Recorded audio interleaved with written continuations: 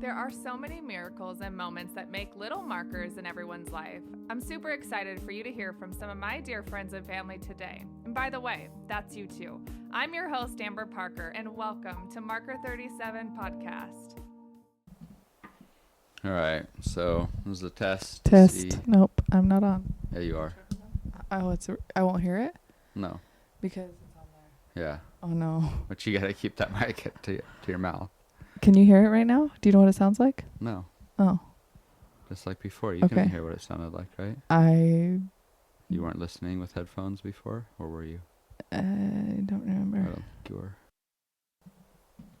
All right, you're recording. Did you turn that thing on? What thing? This thing? Yes, everything's Okay. on. You're good. Yes.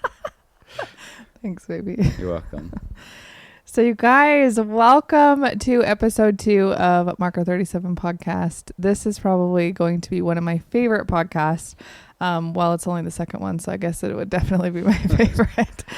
Because I get to chat with my amazing husband, Josh, who is so loving, so kind, so generous, audacious. He's just a warrior. He's so humble. He's hardworking. He gives the greatest hugs. If you guys have ever gotten a hug from him, you know that they are literally the best. But just a man of God, and this is our love story, or I guess part of it. We'll see. So we're going to share a little bit of our experience and where we met, how we dated, and a little bit. I don't know where we'll end. We'll have to see. But I'm really, really, really excited. So, babe, welcome to the podcast. Hey, everybody. Like my wife said, my name's Josh. Excited to be on here. We'll see what happens. This will be fun. I'm so excited. So, I think in today's world, let me start off by saying this. We've been married, Josh said 17 years. 17 years. Which be 18 in September. Crazy, right? And I think, first of all, I don't feel that old to be married that long. I don't even feel like I'm in my late 20s, but I'm definitely past that. And it's really because we love life. But I grew up in Michigan. Josh grew up in Wyoming. And we met at Target.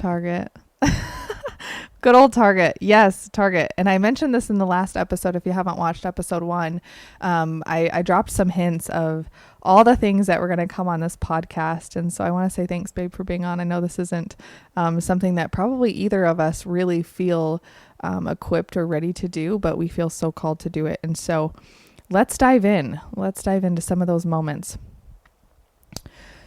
So we both grew up very different. I grew up in Michigan, like Josh said. He grew up in Wyoming, and I'll give a little brief story about how we landed in Orem, Utah. And when I was 18, I remember coming out to Utah, and my parents were like, "You got to live in Provo," and I was like, "No way."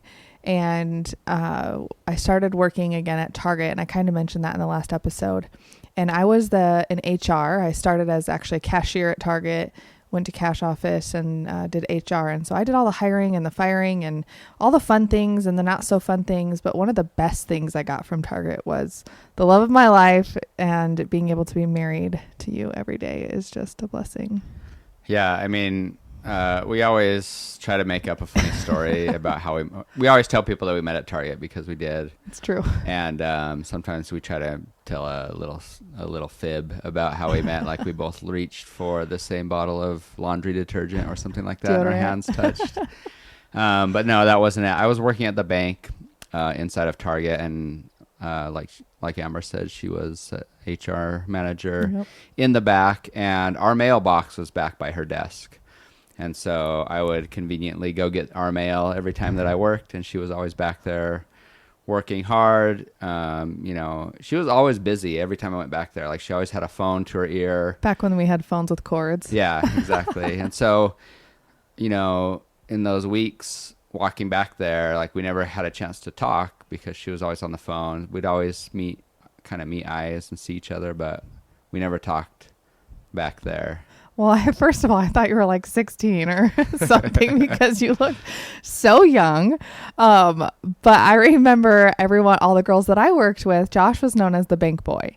And all the girls that knew Josh. Oh, do you mean the Josh, the guy that's the bank boy? Yes, Josh, the bank boy. And every girl knew just how precious he was and how he was precious. He really was. He was just so kind to everyone. And we had a mutual friend, Brett. Maybe we'll have to send him this podcast. But he was the security guard at Target and also worked at the gym. He worked out at the gym with you, right? Yeah, we worked out. He didn't work at the gym, but he worked security at Target. That's and so right. I saw him there. And then we went to the gym. We started going to the gym together, and then we lived together for a little bit too. So wild. So it's crazy because, we talk about a lot in this podcast. We're going to talk about markers. And that was a marker, I think, for so many of us is what's one thing that could, if he wouldn't have been there that day or we wouldn't have had that encounter, that's a marker that could have changed the whole trajectory of both of our lives. And so I'm grateful for him just kind of being by my side. So that story is funny, but I basically Brett was the security guard, and so he knew both me and Josh, but me and Josh didn't know each other. And so that weekend before, I was actually out and about with some friends, got a check from the mom, because back in the day, that's how we didn't have Venmo or PayPal. And I had a check, and now I didn't really know anything about money or finances. I was very much just an entrepreneur, and money burned a hole in my wallet. And so, I mean, you're only 19. So I think I was like 18. How much do people know about money at 19? Yeah. And so it was like, okay, I got a check. Can I just take this check anywhere? So I go to the bank, inside Target, I'm at work, and I go in to cash this check. Now, mind you, I didn't have a bank account at Target, right? I didn't know that is how it went. And so Brett was walking around, and he walked up with me. And so me and Brett are outside of this teller booth inside Target. Okay, so let's picture this, right? It's US Bank, it's Target. We're walking up, and back then there was security cameras. Yeah, I'm behind the desk. Yeah, Josh is working at my monitor or whatever, doing what he should be doing, working hard. There's a security camera that you guys have all seen it. There's like monitors where you can see yourself in the screen. Right. It's like, it's not the employees seeing it, but it's you seeing yourself. And so I can see these however many cameras there was, and I can see the interactions. And so I reach over the counter, and he's like, of course, professional and precious. And he's like, can I help you? And I'm like, yeah, I just need to cash this check. And I'm signing it away like I know what I'm doing. And he was like, oh, okay. Like, do you have your bank card? Do you have a bank account here? And I was like, no. And I what did you say? Like, I can't cash it? I don't. Yeah, you either have to have a checking account there, or it has to be a check from US Bank, one or the other. If it was neither, then we can't. I can't do anything. So I obviously it was neither of those. And so he was like, so sorry, like you'll have to go to your bank and, cash this or deposit it through them. And in the meantime, while I'm sitting here pretending to sign my life away like I know what I'm doing, in the background, Brett is standing behind me, whispering something to you? So Brett was behind her. She could see him because of the security cameras. Yeah. And I could see him as well, obviously. Looking at him. And so I'm trying to be professional. She's trying to sign her check. And Brett's in the background, like, pointing. Waving his hands. Pointing at her and mouthing to me, like, do you she like likes her? you. Yeah.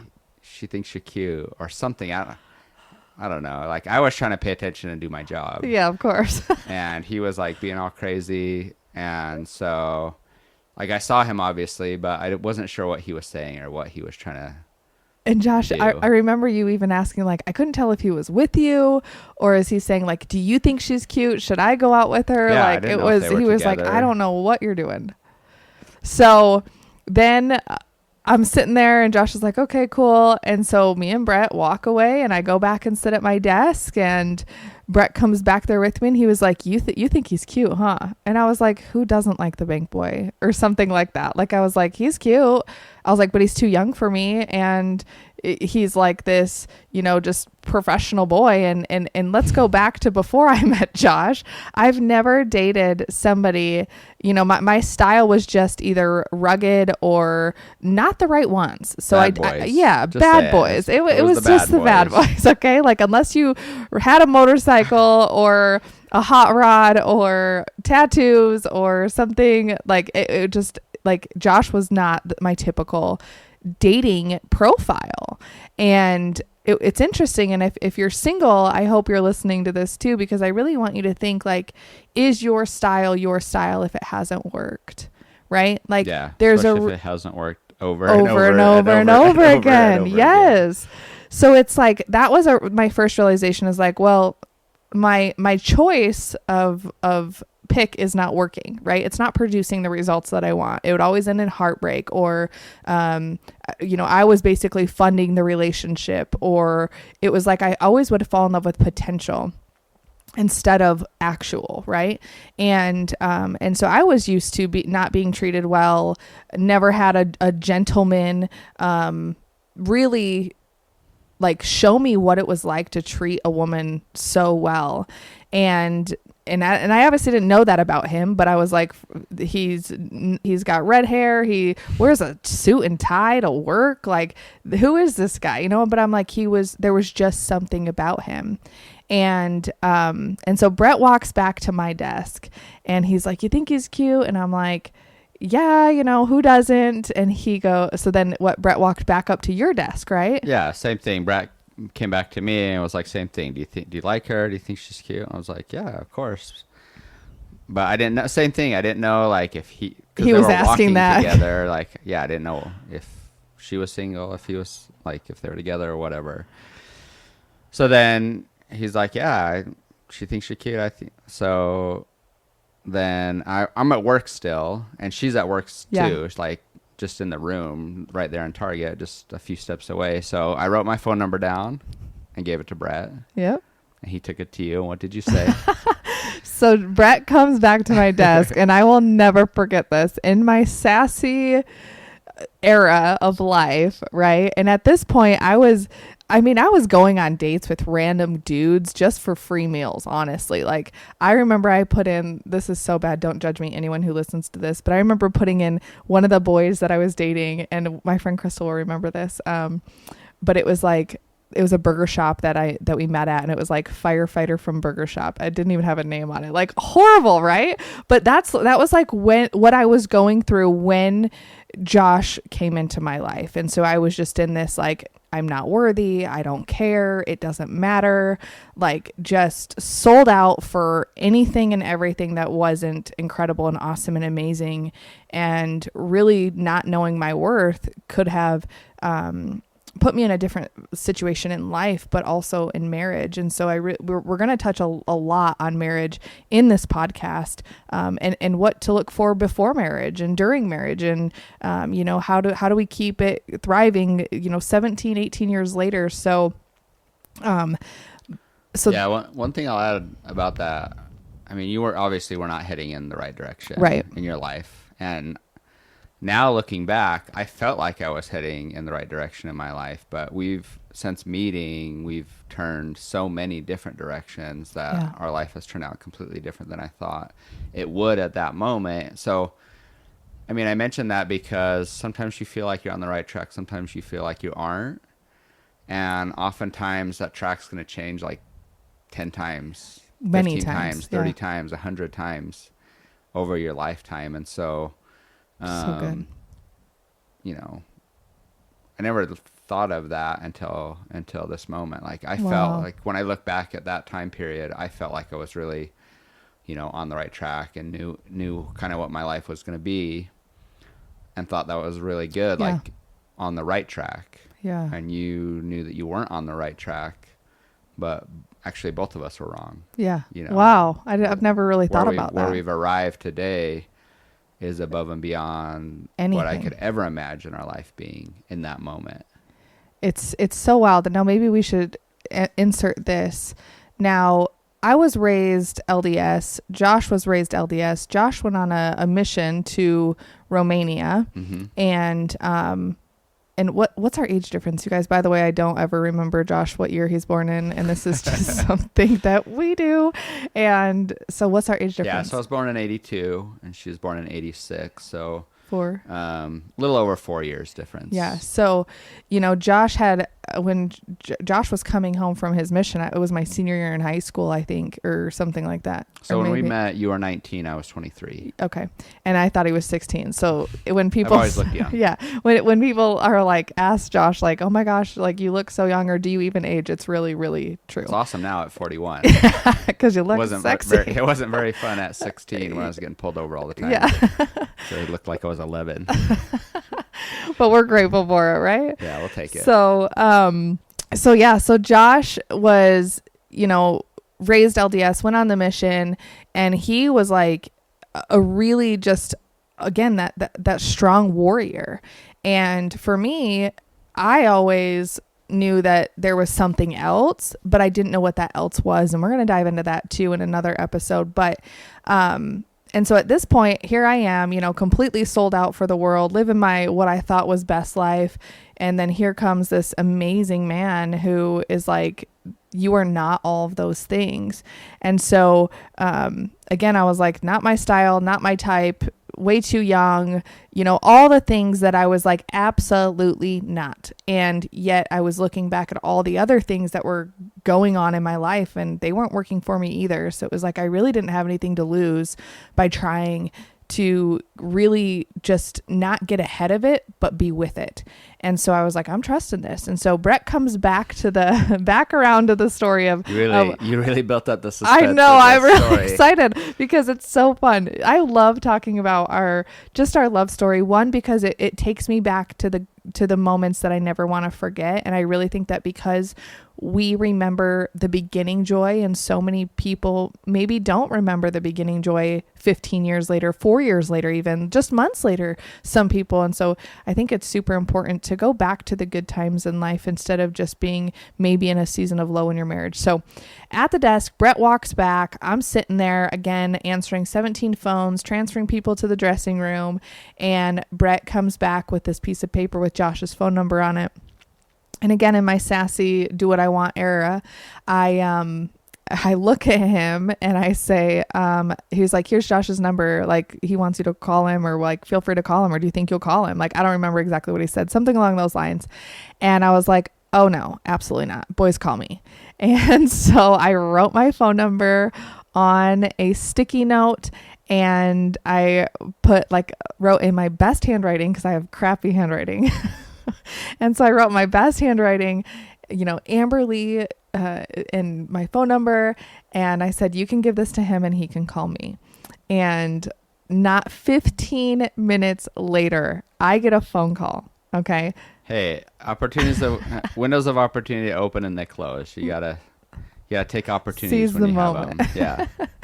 And so, 15 minutes later, I get this phone call, and I'm still at work, right? And so I hide under the desk because there's definitely cameras. And like, this was back in the time when cell phones were like an absolute not. Like, you didn't have them at work, which is crazy how much of our life is on our phones now. But so I duck down under the desk and I answer the phone call, and I'm like, hello? And I knew it was him, and I was so nervous, but I was so confident answering the phone. And so I answered the phone, and do you remember what you said? No. No. I don't remember what I said. I mean, I asked you out. Yeah. He was like, do you have plans you said tonight? You were busy that night. And then I was like, all right, well, let's go out tomorrow night. Again, persistent, right? I'm not going to say, okay, see you later. Yeah, too good, huh? Yeah.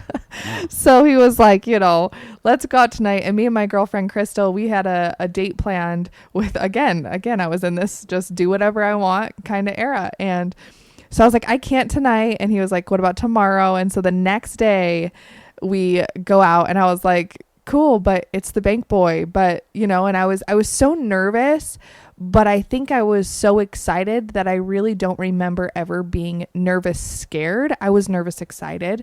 And I knew that. And I felt that was different already compared to all the other men that I had dated. I was nervous, scared. And that's something that I want, again, if you're listening to this, there is a feeling. And as women, we have this gut instinct. So trust it. So I remember being excited and being like, this feels different. It feels good. And it felt promising, but without really any promise. And so I we go out the next day. What happened? What were you doing that day? You were the day that we went out? Yeah, the next day. So we did go out the next day. Yeah, I went to a football. So this is in Utah County in Utah. So I remember I went to a Utah Utes football game, I think the night before. So you were busy that night. Yep. So I think I went to a Utah Utes game with some friends. And then the next day, I think I worked. It's like normal.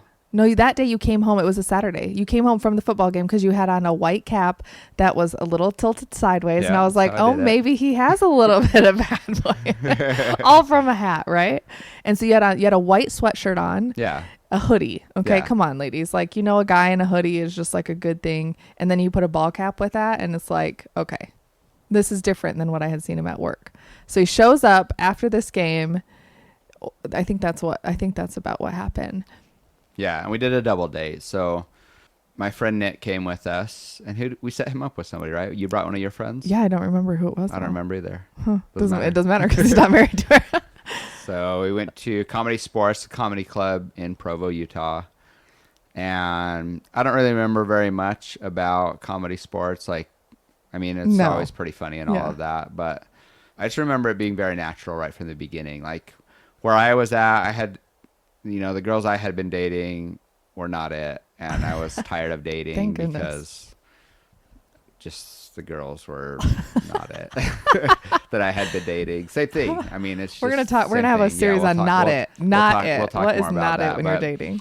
For me, I mean, I was kind of at the same point. I was not nervous, scared. I don't really feel like I had much expectation because I was just tired of dating at that moment. And so, which actually I think ended up being a really great thing. So I was more relaxed.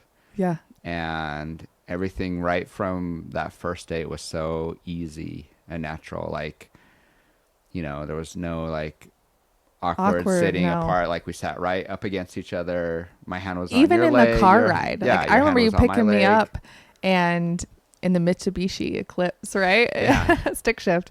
And we went to the Comedy Sports, and I remember vividly like touching your back when you opened the door, and then you opening my door to come in, getting the tickets. And I was like, oh my gosh, he just paid for these tickets. Like, this is wild. Like, so not the normal. And so I was like, okay, but makes sense. And at this point, people are going to judge me at this point, but I was like, okay, he's got to have money because he's taking me out and he's actually paying for me and he works at a bank.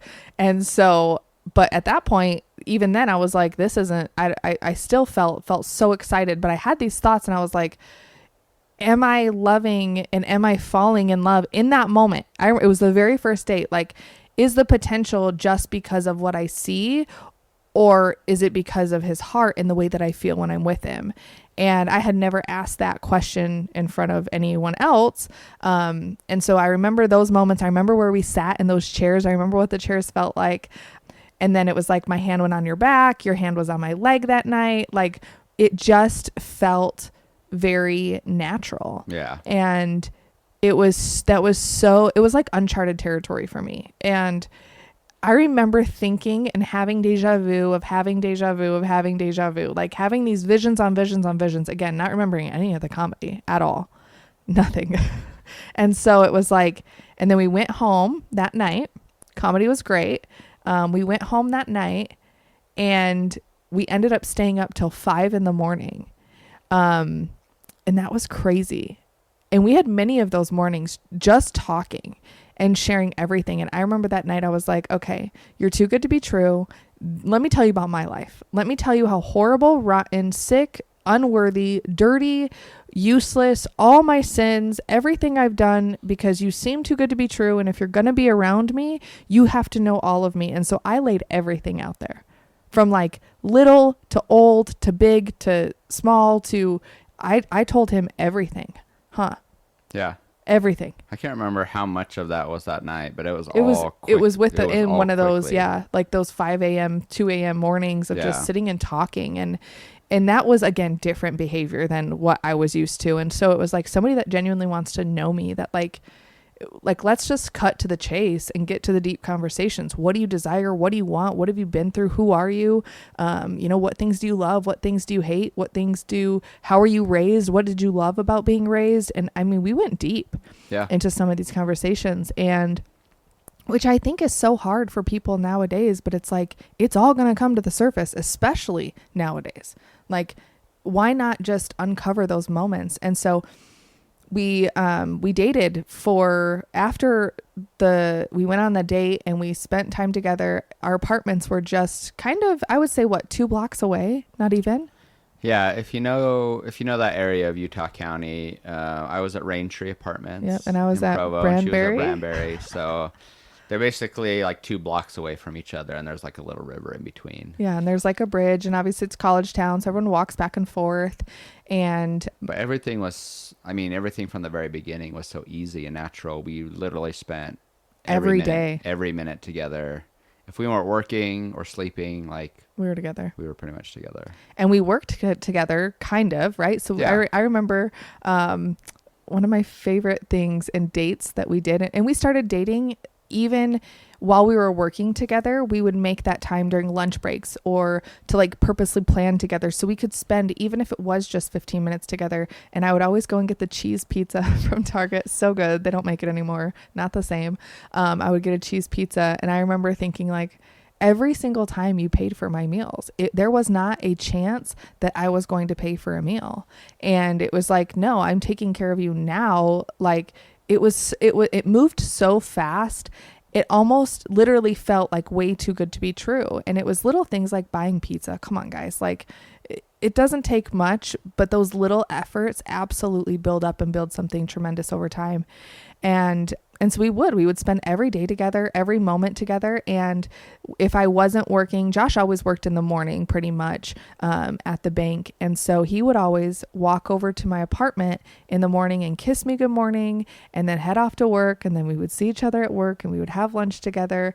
And it really felt like a fairy tale, but in real life. And I share these because it's like, I never knew that as dating, you could really fall in love with somebody with just the simplest, littlest things. And that in a marriage, how do you keep them thriving? I don't think it has to be an elaborate vacation every single year. I think it's the little things every single day. And are we doing that only for ourselves or for our family, or is it usually just for the kids or the husband? So anyways, we're going to dive into that in another episode too. But I remember it just being so easy and really appreciating those small moments. So thank you for those small little moments. Yeah, I mean, we'll get into it in different episodes with us and our with friends, other couples as well. But I mean, I would agree. The little things are the big things. Yeah. There's little things that you can do that seem little, but they add up so much. Like little things that just show that you care, that you're there to take care of the person that you love, and it's fun. It was so fun dating. So fun. We went on some good dates. Yeah. Oh, and then he was like, then it escalated to like, he would pay for my nails, Red Lobster 3 times a week. And I would always get the Seaside Shrimp Trio, upgrade to coconut shrimp. Like that was just, it was like we created these traditions without even knowing that it was going to last forever. And it's like, what if we really dove into some friendships and relationships, and if we really thought that, what if we looked at everything like it was going to last forever instead of what if this ends tomorrow? I think we would live a little bit differently. But so we would always be together. Everyone just like was supportive and loving. And yet, even though I was in my not going to church era and Josh was, he still loved me for who I was as a person. And I will never forget when you said in one of those mornings, you're not all of those things. And yet, even though I felt so just literally unworthy, I think is the biggest word that I could encompass many other little words into, but it really meant something to me, and it did something to me, and it really showed me that like there are good people out there, and maybe there is a God that loves us, and it gave me hope. And so I'm going to get emotional, so we're going to talk about that on another episode. But that was we didn't even talk about Thanksgiving, babe. when we dated, you guys, 4 days later was Thanksgiving. I'll make this short. And in Utah, I guess, it's a big thing. Again, I'm from Michigan, so it's not. But if you're dating and you ask to go meet the parents, it's like a big deal. And it's like you're getting married tomorrow. And I was like, I think it's a pretty big deal most places. Yeah. Like, even but in most not cultures, like if you meet the parents, like that's True. usually a big step. Like Yeah. even in movies when you watch, like meeting the parents is kind of a thing. Yeah. But So- nowadays, these kids dating, they like aren't dating, but don't commit. out of and high then, school. Yeah. Out of high school, Yeah. if you're living away from home True. and then you meet the parents, like So it's yeah, usually so a step. I'm glad I took the step. Yeah. So Josh invited me over to Thanksgiving with his mom and his family. And I remember walking in and just being like, wow, these people are incredible. They're happy, they're loving, they're kind, they're genuine.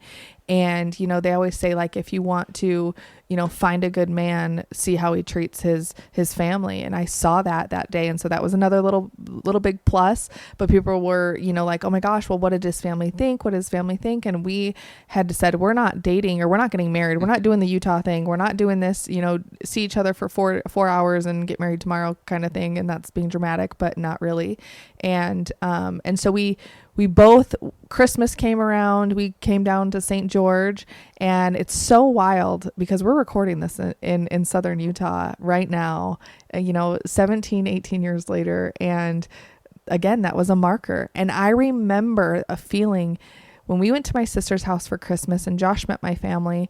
And I remember my dad, he was like, he looked me dead in the eye. Now I'm the youngest of a lot of wild brothers and sisters. And so I was the youngest. And so my dad always knew that I was a little rebel. And based on, again, the history, he was like, when he met Josh, he said, if you break up with him, you are, and I don't remember what he said, but he's like, basically, you are the dumbest person on earth. Like, do not do this. Do not let go of him. And my dad was like emotional. And I'm a Leo. And so if you tell me to do something, I'm probably going to do the opposite unless I want to do it. And so I remember my dad just being like, do not mess this up, basically, too. Do not let this go. And so I was like, well, maybe it's too good to be true because my dad does like him. My family does like him, which again, going back, that wasn't the normal behavior. If my dad ever listened to this, he'd probably bring up all the guys he chased off in my driveway. But it was just different behavior. And so we went outside. I have the picture. I hope we can find some of these moments that we're talking about, like my phone number and on the sticky note and this picture in St. George. We walked out. It was Christmas, and we walked out to the driveway. And I remember exactly what I was wearing. I remember the bell bottoms I had on, the gold belt I had on, my little A-line black haircut. Like, it was so, I remember the feeling of Josh picking me up and taking this picture. And that night we had a conversation where we basically said, we're not going to get married, but we're going to go through all the seasons. We're going to date each other. We're going to live life. And when marriage comes up, it'll be perfect. And we're not going to focus on, you know, am I getting married, but just getting to know each other. And I think it was called like the determine the relationship or something talk back then. DTR. Did you have the DTR? Yeah, define the relationship. Yeah, something like that. So that conversation was awesome because we did talk about real stuff. Like we talked about how many kids we wanted to have. Both of us said like we have 2 kids. I think I said 4 and you said 5 or 6. Yeah, I wanted a lot. We ended up with 2 and we love it. It's we perfect. love it. It's so perfect. But yeah, it was a real conversation. Like we talked about having kids, what do we want out of life. Now, mind you, this is a month in. Yeah, so we met in August. Yeah. No, we November. met in November. Sorry. Yeah. We met in November. And then she came to Thanksgiving. Yeah. And then, we were at Christmas with her family. So, yeah, this is a month in is all. And just like she said, you know, we didn't want to do the normal Utah thing. I mean, people sometimes get married here. They meet and 2 months later they're married. And they last a lifetime, though, too. Yeah, they do. Sometimes it works for people. Yeah. But we're like, we're not going to do that. We'll date for at least a year. I remember saying that. And she was like, yeah. Oh, I was at so least confident. a year, easily. So that was in December. That was at Christmas time. Yep. And then you'll have to remind me the rest of up until you fake proposed to me. I mean, so we spent every day together after Christmas. So that was Christmas. And then I remember that picture too. We still have it somewhere. Yeah, we we'll do. Have to bring it up and we'll show it in here. Yeah. Valentine's Day. Then we were dating. We did Valentine's Day. Mm-hmm. I did not propose on Valentine's Day. Yeah, you fake That's proposed. too cliche. If you did that, it's fine. It's no big deal. But We actually really think it's cute. yeah. So we did Valentine's Day, and it was a whole thing. Like we did dinner, and then we came back. Her roommate was my partner in crime with all of our stuff. She helped me with Valentine's Day setup and then our proposal as well. But we went to dinner, and then we came back, and I had her apartment like all decorated with some candles and flowers and stuff. Petals, all and things. Then I bought her some concert tickets. Because I really had never been to a concert before. Yeah. It was Nickelback. Yeah. And if you hate on Nickelback, that's fine too. And then I got our promise ring because we had just, we had talked about not getting married for a while, but we were literally spending every minute together, and we knew it was going somewhere. So I got her promise ring. I did get on one knee to give it to her. So that's where he fake proposed. She thought I was proposing. She calls it a fake proposal, but I basically just told her like, this isn't a proposal. I know we're not ready to Mind you, he blindfolded me, made me close my eyes, and walk into my apartment. What would you think? Like, with the candles and the flowers. Like I could smell the wax. Okay. Yeah. And the flowers. They were beautiful. But, yeah. I gave her a promise ring. I said yes, of course, but not yes to being married. And then we went to the concert. And then when did you break up with me? No. Let's back up. How about... Was that before or after? No, it was after. Okay. No, it was before. I don't remember. Because I'm glad it didn't fall through. But so we sit down on the couch, and Josh has this cute little trifold envelope with these concert tickets, handwritten letter. Note. Yeah, all the notes with his beautiful handwriting, by the way. Mine's crappy. He's really good. And the tickets and the construction paper card thing catches on fire in our apartment, and but we still went to the concert, and that was fun. That was a trip down to Arizona. And we got went to the concert. It was so fun. Came home, really spent every day together, and it was just moving so fast. And it was never scary. It was very confident and excited. And so after that, I remember spending every day together, just really dating each other, doing life together, like working together as a team in his job and my job and work and house chores and grocery shopping and meal planning. Like, we did life together.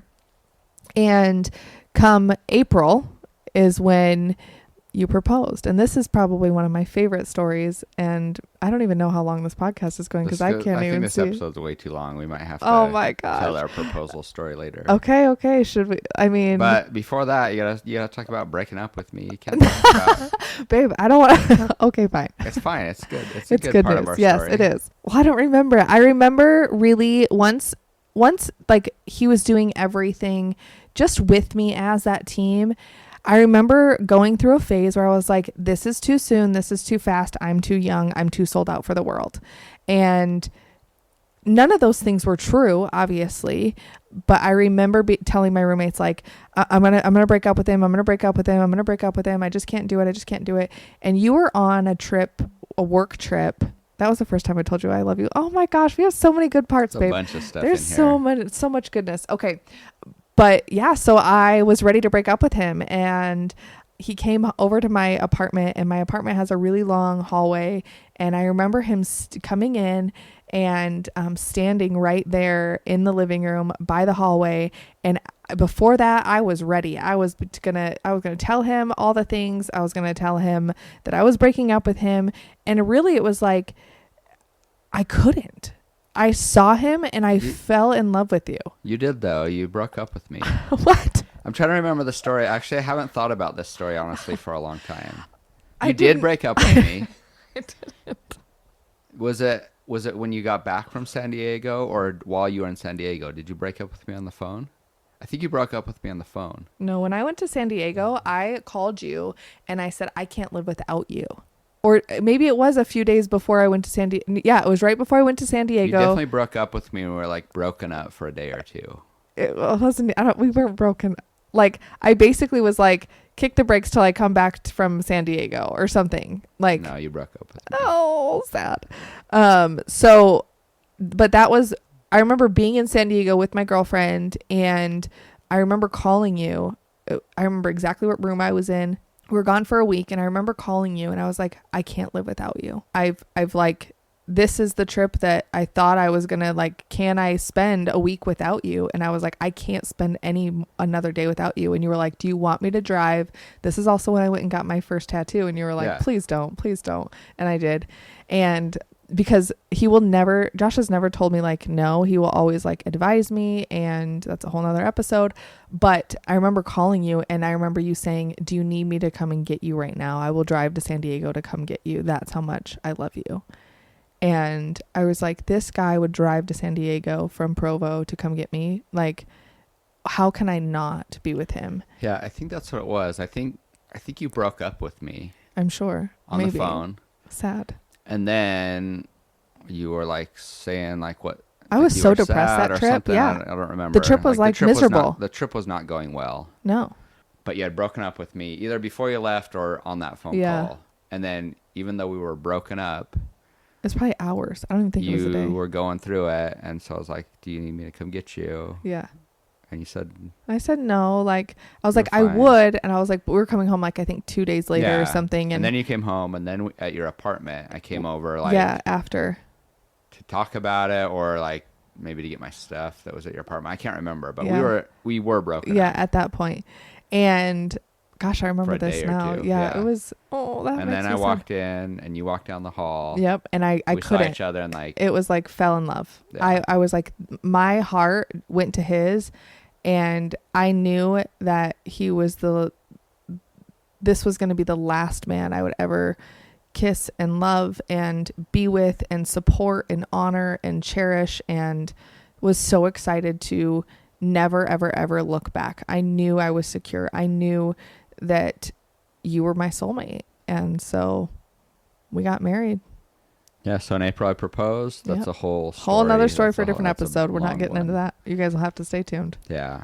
Guys, if you're doing like a big elaborate proposal, just know that you're going to have to tell that story 100 times over. Yep. And it took us an hour. It's worth it. So we'll tell you that story. But yeah. So met in November, got engaged in April. And then that September we got married. Where did we get married? In St. George. In St. George. Right where we are here recording this podcast about how we met and our story. And so you guys, we're excited. We're excited for the upcoming episodes. We're excited to share a little bit more with you guys. And just thank you for listening. My gosh, babe, we within 2 days we had 100 downloads on our first episode. And you guys, I remember if you listen to the first episode, this has been very difficult for me. Even tonight, I looked at Josh and I was like, I don't know that I can do this. I don't know. I'm terrified. It seems overwhelming.